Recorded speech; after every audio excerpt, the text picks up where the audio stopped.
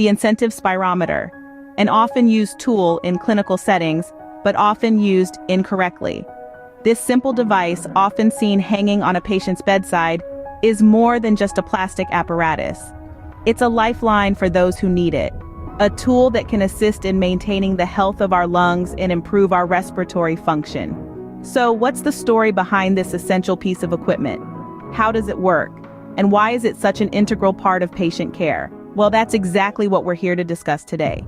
We'll dive into the mechanics of this device, the science behind it, and the significant impact it can have on a patient's health. Let's dive into how this device works.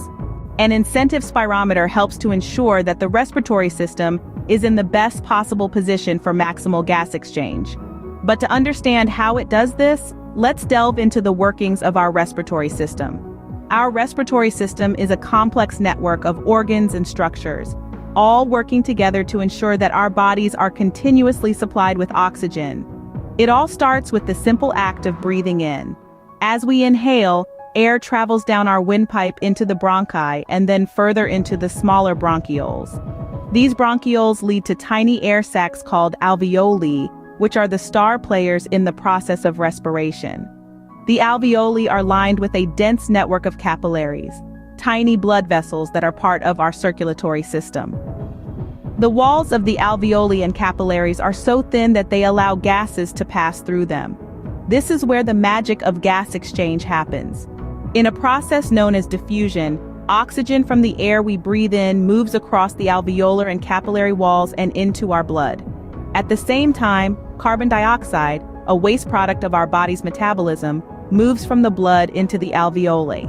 As we exhale, this carbon dioxide is expelled from our bodies. This intricate dance of gas exchange is crucial for our survival, as every cell in our body needs oxygen to function and produce energy. But it's a delicate balance. With each normal breath, we move about half a liter of air into and out of our lungs. However, certain conditions and illnesses can impede this process, making it hard for our patients to achieve this optimal volume of air.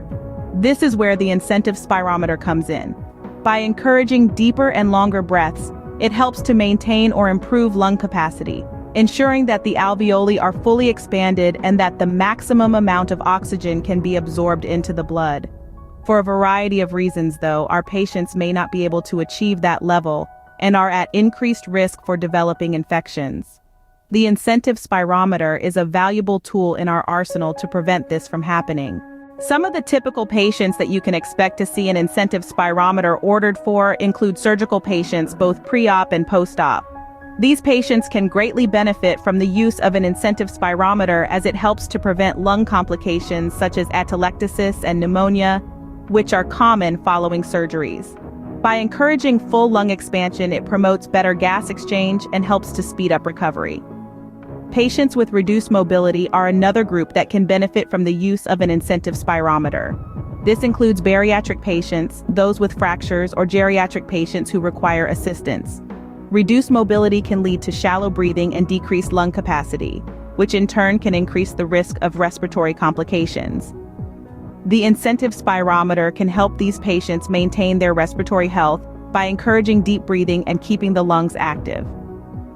Burn patients, particularly those with injuries around the head or neck, can also benefit from using the incentive spirometer. The device can help prevent swelling and airway compromise, which are common issues in these patients. Inhalation injuries are also a concern, and the spirometer can help to improve lung function and promote recovery. Patients with conditions that impact immunity, such as hematological disorders, are another group that can benefit from the use of an incentive spirometer. These patients are at an increased risk of lung infections, and the spirometer can help to enhance lung function and reduce this risk. Last but not least, patients with respiratory and cardiac pathologies can also benefit from using the incentive spirometer. Conditions such as chronic obstructive pulmonary disease, COPD, or heart failure can impact ventilation and perfusion. The use of an incentive spirometer can help these patients maintain their lung capacity and promote better gas exchange, thereby facilitating improved overall respiratory health. It's just as important to know when not to use an incentive spirometer or when to question the order for one. Let's take a moment to explore some scenarios where this tool might not be the best choice. Patients with head injuries, for instance, could experience increased intracranial pressure from the effort of using an incentive spirometer. This could potentially exacerbate their condition, so it's a situation where the tool might be inappropriate. Similarly, certain surgeries might preclude the use of an incentive spirometer. If a patient has had an operation on their eyes or a plastic surgery in sensitive areas, the additional pressure created by the spirometer could potentially cause complications. It's also worth noting that not all patients, regardless of their physical condition, might be suitable candidates for incentive spirometry.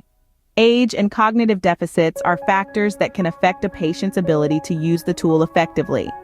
Age and cognitive deficits are also factors to consider.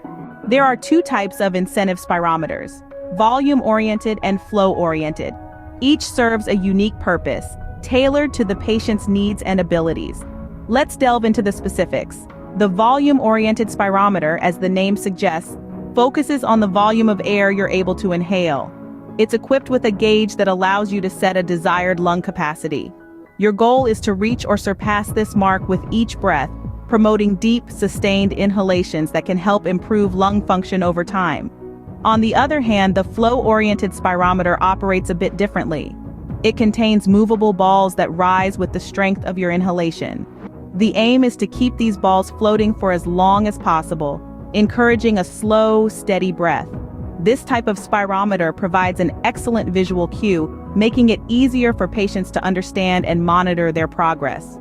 The volume-oriented spirometer allows you to set a desired volume, while the flow-oriented one has movable balls that rise with inhalation.